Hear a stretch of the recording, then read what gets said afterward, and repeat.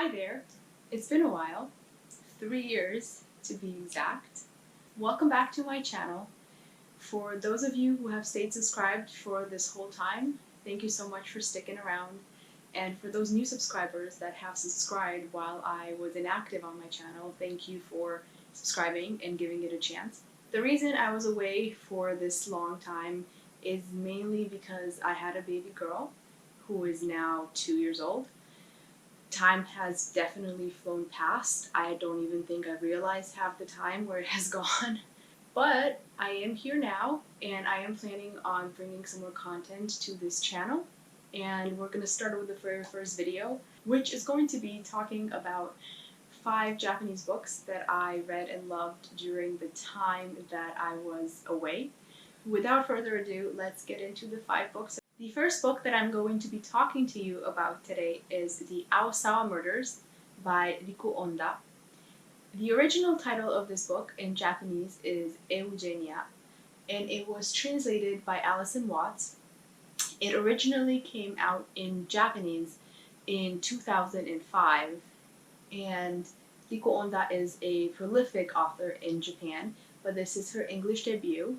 This English translation came out this year. I believe it was in February, and it came out at Bitter Lemon Press, which is a London-based independent publishing house. This book is a mystery suspense novel. It is centered around a mass murder in a small town on the seacoast of Japan. An affluent family in this small Japanese coastal town is hosting a birthday party for a few of their family members that share a birthday, and they have all of their extended family invited. All of them get murdered at the party through cyanide poisoning that is hidden in some drinks that are delivered at the party. And the only survivor of this mass murder is a young daughter of the family that hosted the party, who is blind. Because she is blind, she isn't able to help with any sort of clues about what happened before the poisoning. The little girl is also very charming. Before the murder, everyone in the town was charmed by her, and that makes her suspicious in the eyes of the investigators. The story is told through multiple perspectives, so we get to see the story told through the eyes of the investigator, the police investigator that dealt with the case.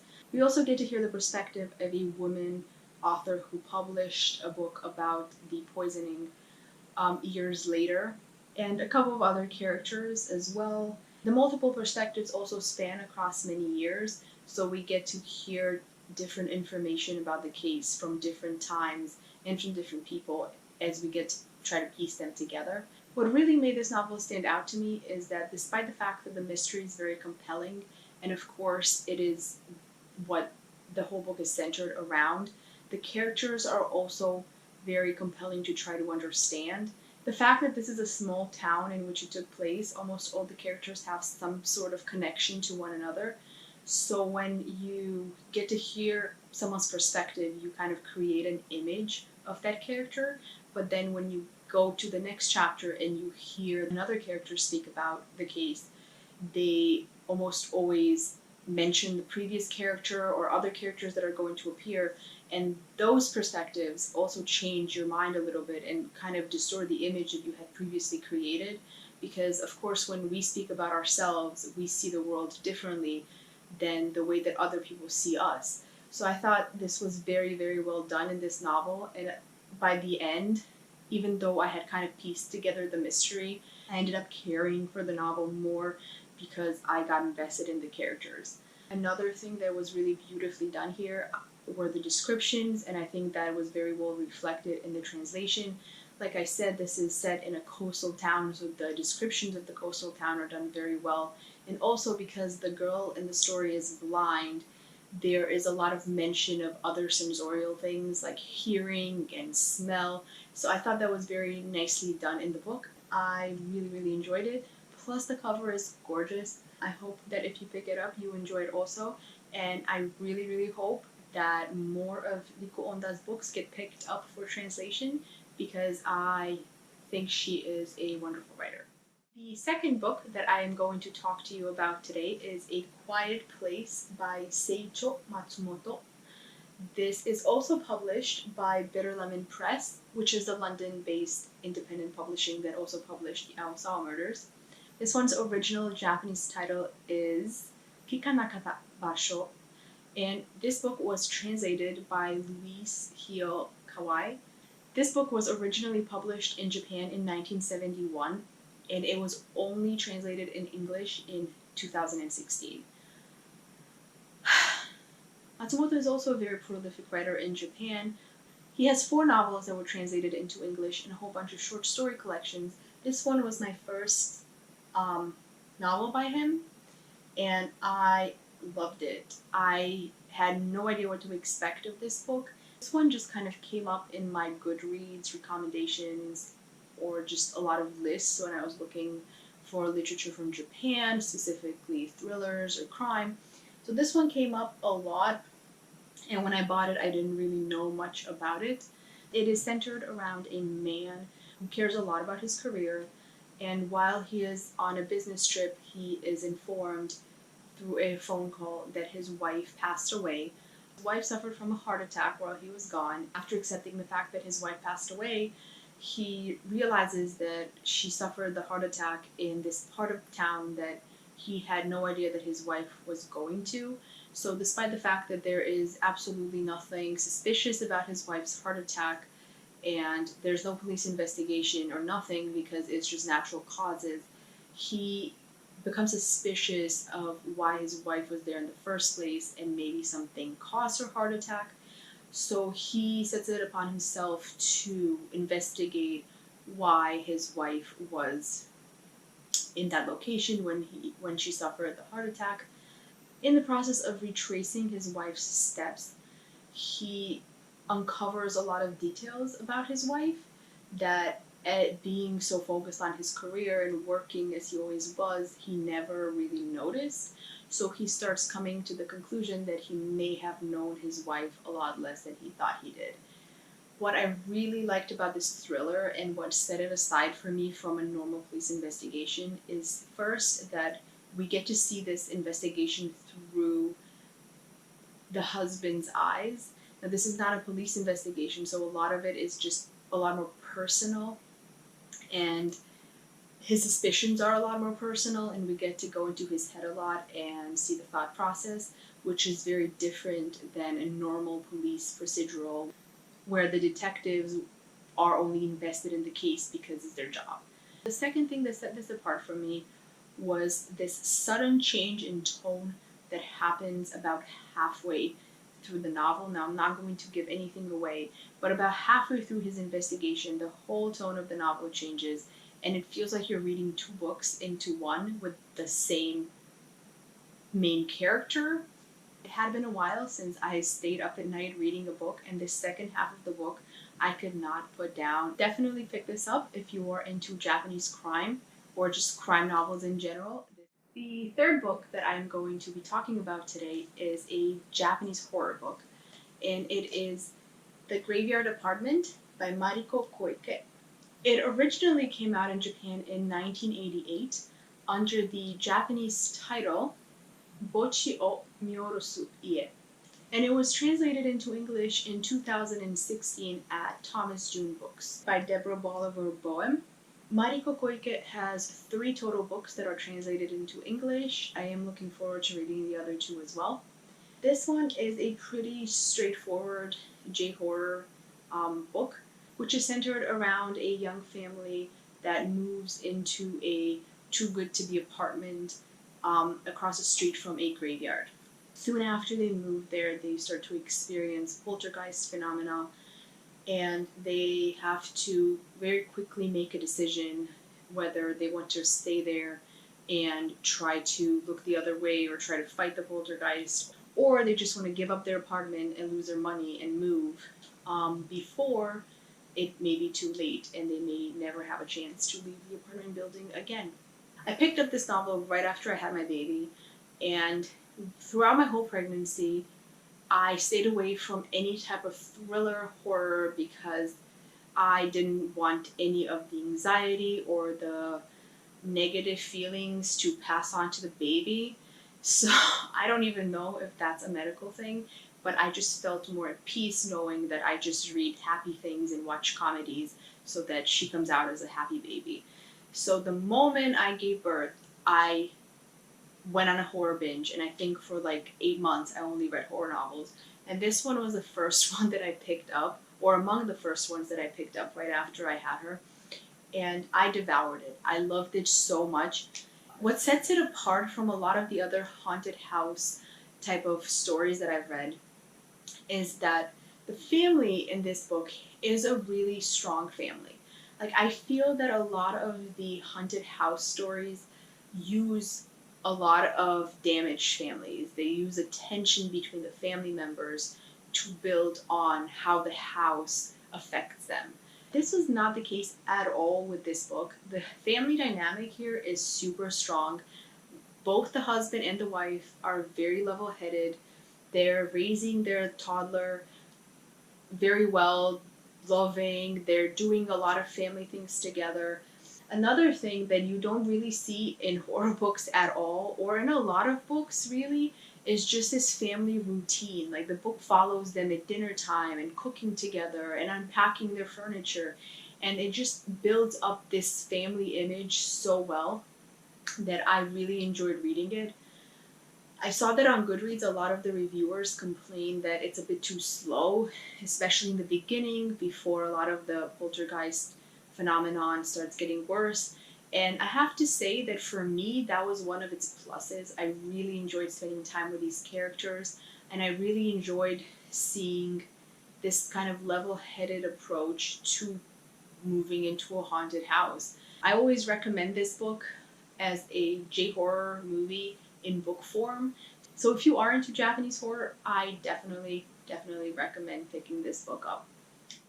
The fourth book that I'm going to be talking about today, and by the way, none of these are in order. I love them all for different reasons, but just as much.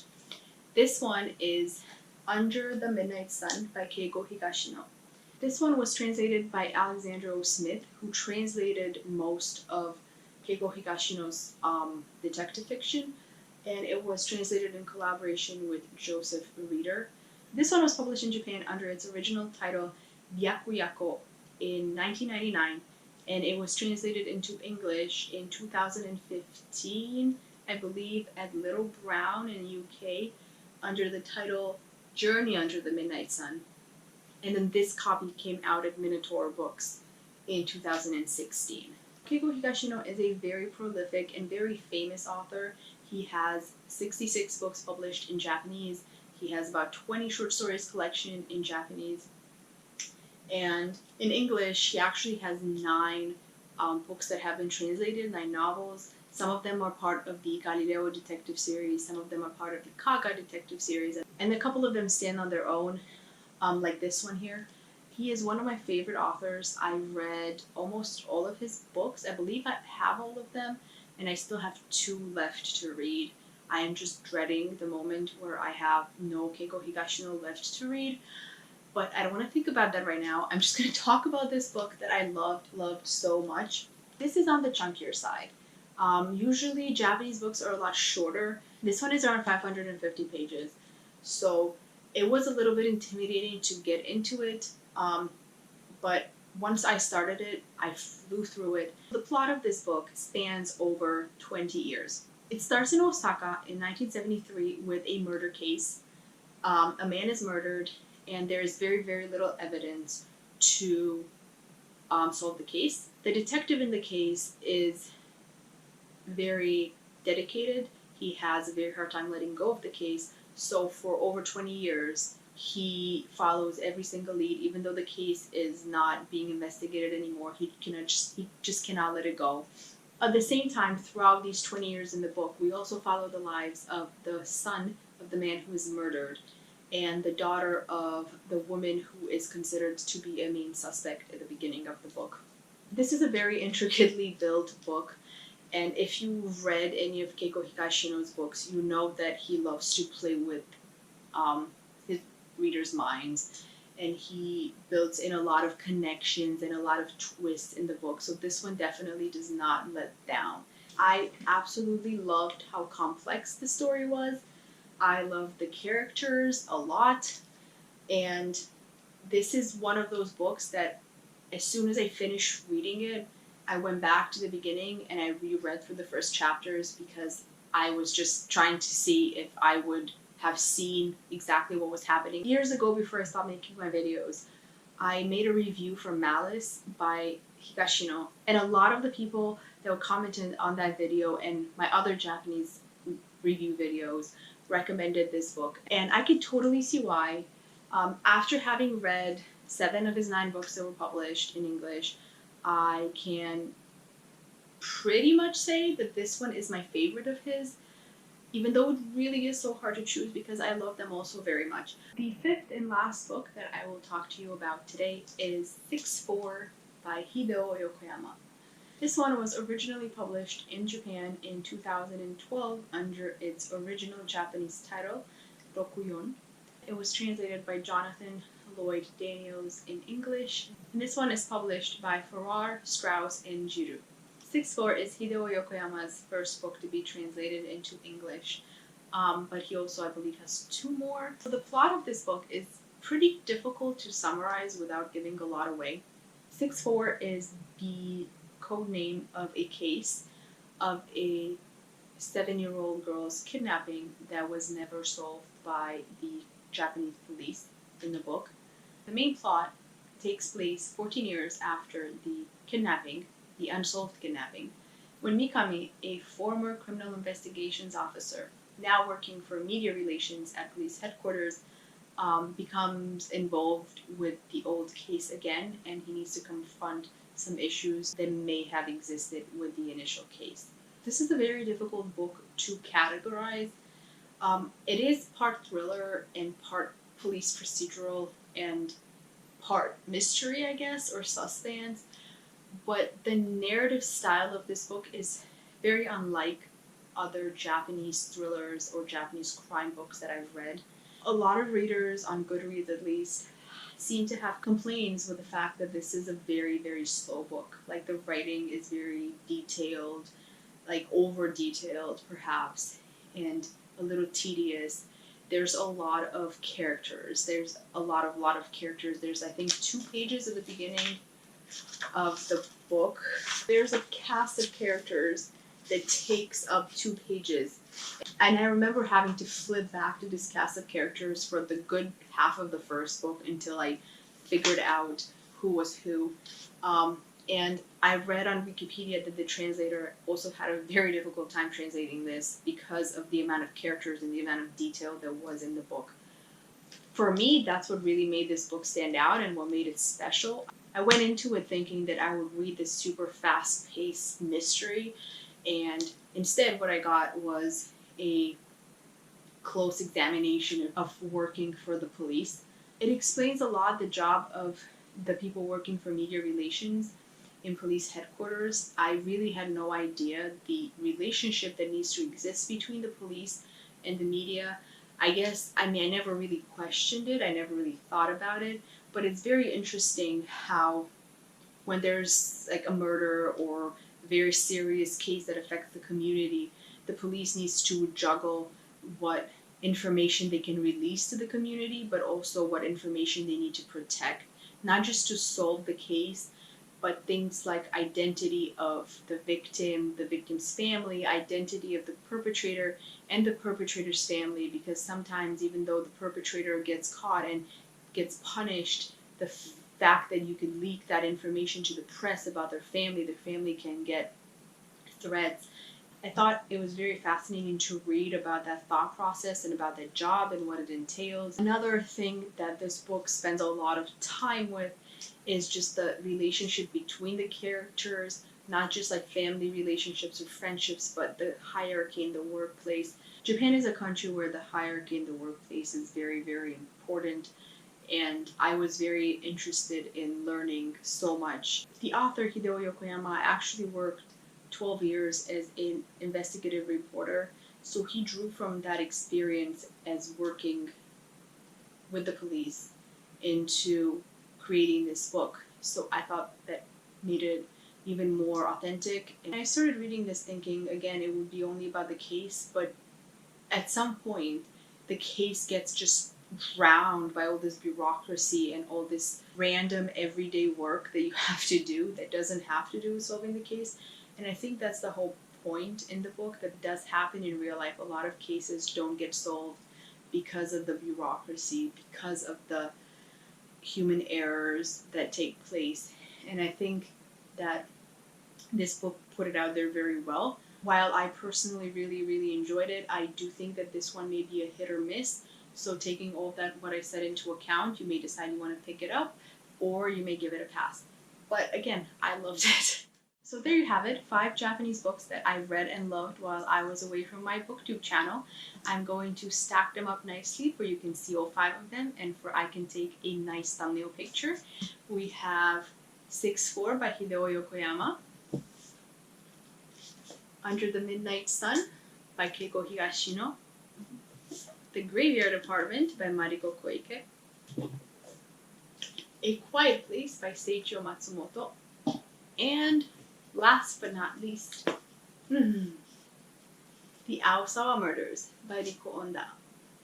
This is it for now. Thank you so much for watching. I'm really glad to be back and making videos. I will see you back in a new video. Bye!